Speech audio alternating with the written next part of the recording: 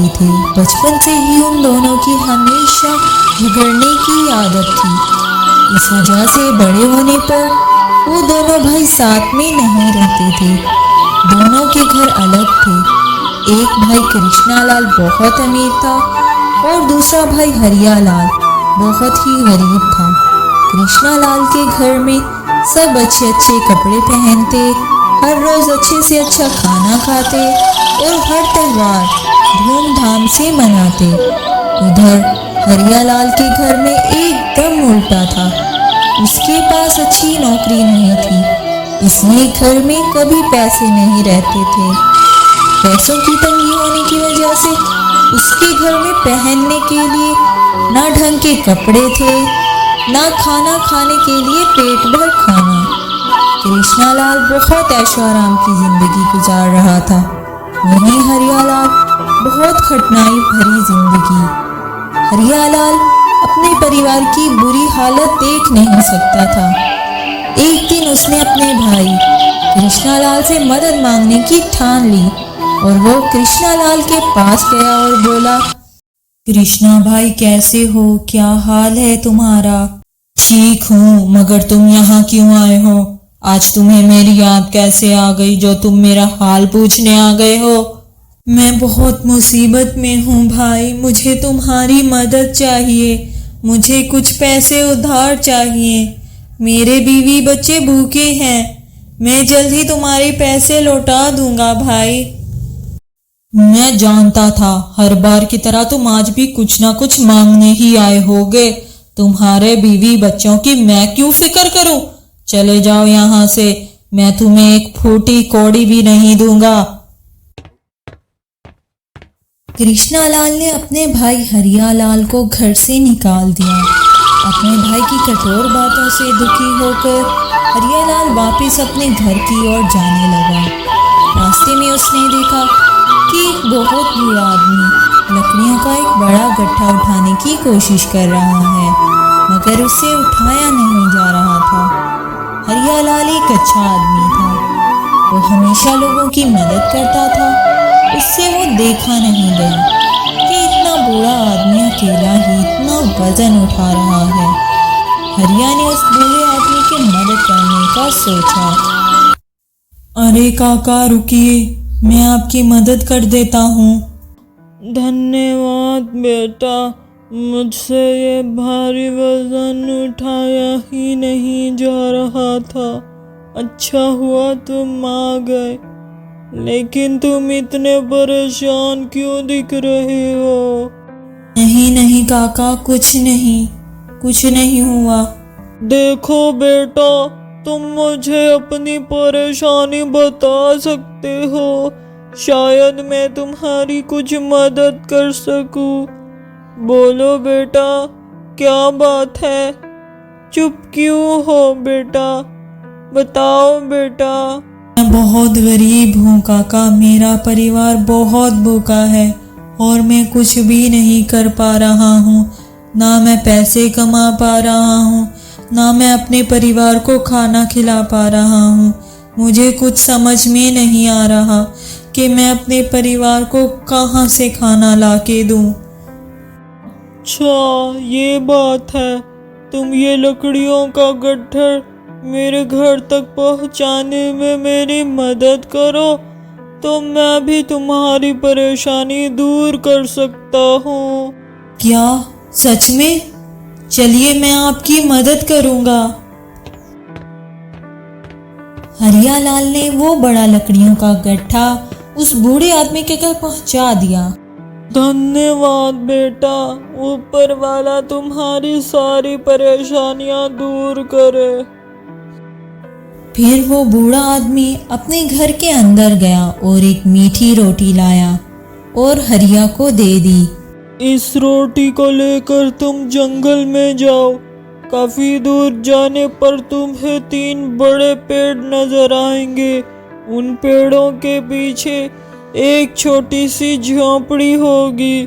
वहाँ 3 बौने रहते हैं और उन्हें ये मीठी रोटी बहुत ज़्यादा पसंद है।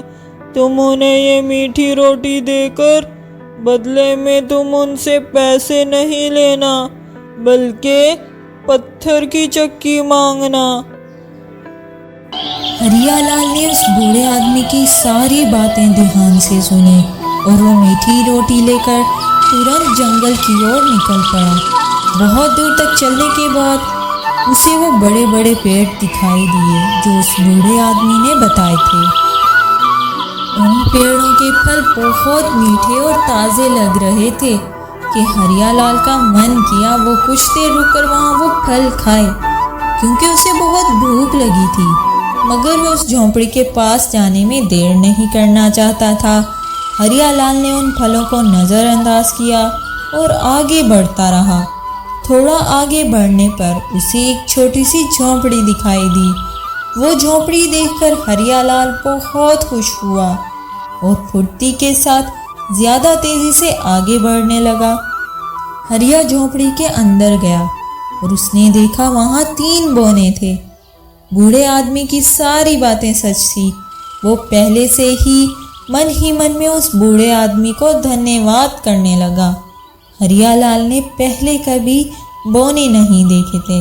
उन्हें देखकर वो दंग रह गया, लेकिन बौने उसको देखकर बहुत नाराज हो गए। कौन हो तुम और अंदर कैसे आ गए? हम तुम्हें नहीं जानते। तुम जरूर कुछ चुराने आए हो ना? हमें इसे पकड़कर बांध देना चाहिए। नहीं नहीं, मैं कोई चोर नहीं हूँ। मैं तो ये मीठी रोटी देने आया था। मीठी रोटी को देखकर उन बोनों का गुस्सा ऐसे गायब हो गया जैसे बारिश के बाद गर्मी गायब हो जाती है। अरे, उसके पास मीठी रोटी है। हमें ये मीठी रोटी बहुत पसंद है। और ये मीठी रोटी तुम हमारे लिए लाए हो क्या? हाँ, ये मैं आपके लिए ही लाया हूँ, लेकिन मैं ये बेचने के लिए लाया हूँ। हाँ हाँ, ठीक है, हम खरीद लेते हैं। तुम बताओ, तुम्हें इस रोटी के बदले क्या चाहिए? तुम जो मांगोगे हम वही देंगे। धन्यवाद, मुझे इसके बदले में पत्थर की चक्की चाहिए। हमें मंजूर है, ये लो चक्की। मैं समझ गया, आपका बहुत बहुत धन्यवाद। खुश होकर हरियालाल वो चक्की घर ले आया। घर में उसके बच्चे और उसकी बीवी का भूख से बुरा हाल था। उसने तुरंत जमीन पर चक्की को रखा और अपनी बीवी से एक लाल कपड़ा लाने को कहा और वो चक्की को घुमाने लगा और बोला, चक्की चक्की, मुझे दाल दो चक्की। हरियालाल के इतना बोलते ही चक्की में से दाल निकलने लगी। हांडी भर दाल मिलने के बाद उसने चक्की को एक लाल कपड़े से ढक दिया और उस चक्की ने दाल बनाना बंद कर दिया। फिर इसी तरह हरिया ने चक्की से चावल मांगा और ठीक उसी तरह चक्की ने ढेर सारा चावल दिया। चक्की को लाल कपड़ा से ढकने के बाद उस दिन उन सब ने पेट भर के खाना खाया। अब हर दिन वो उस चक्की से नई नई चीज़ मांगने लगा। कभी चावल, कभी आटा, कभी बाजरा और कभी मसाले।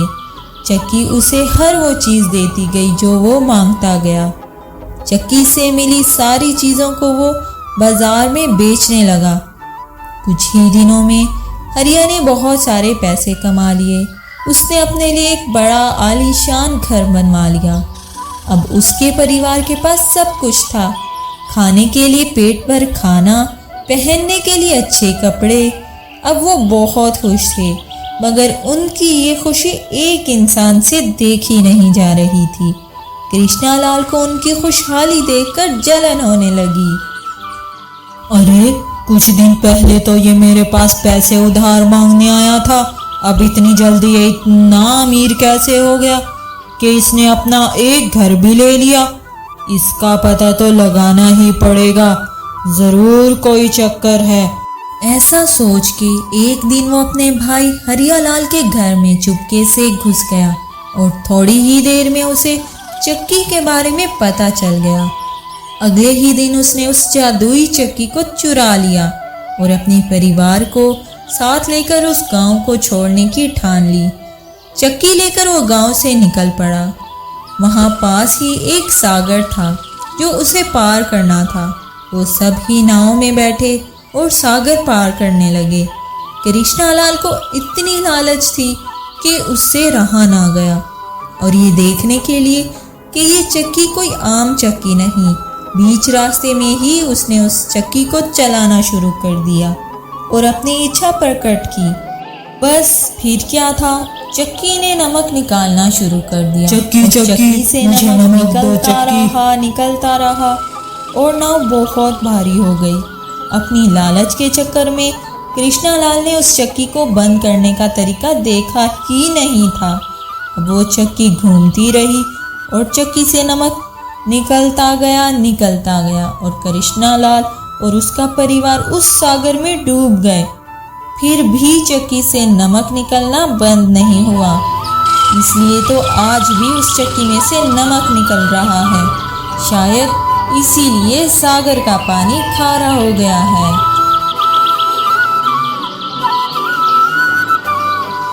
Please do like and subscribe my channel.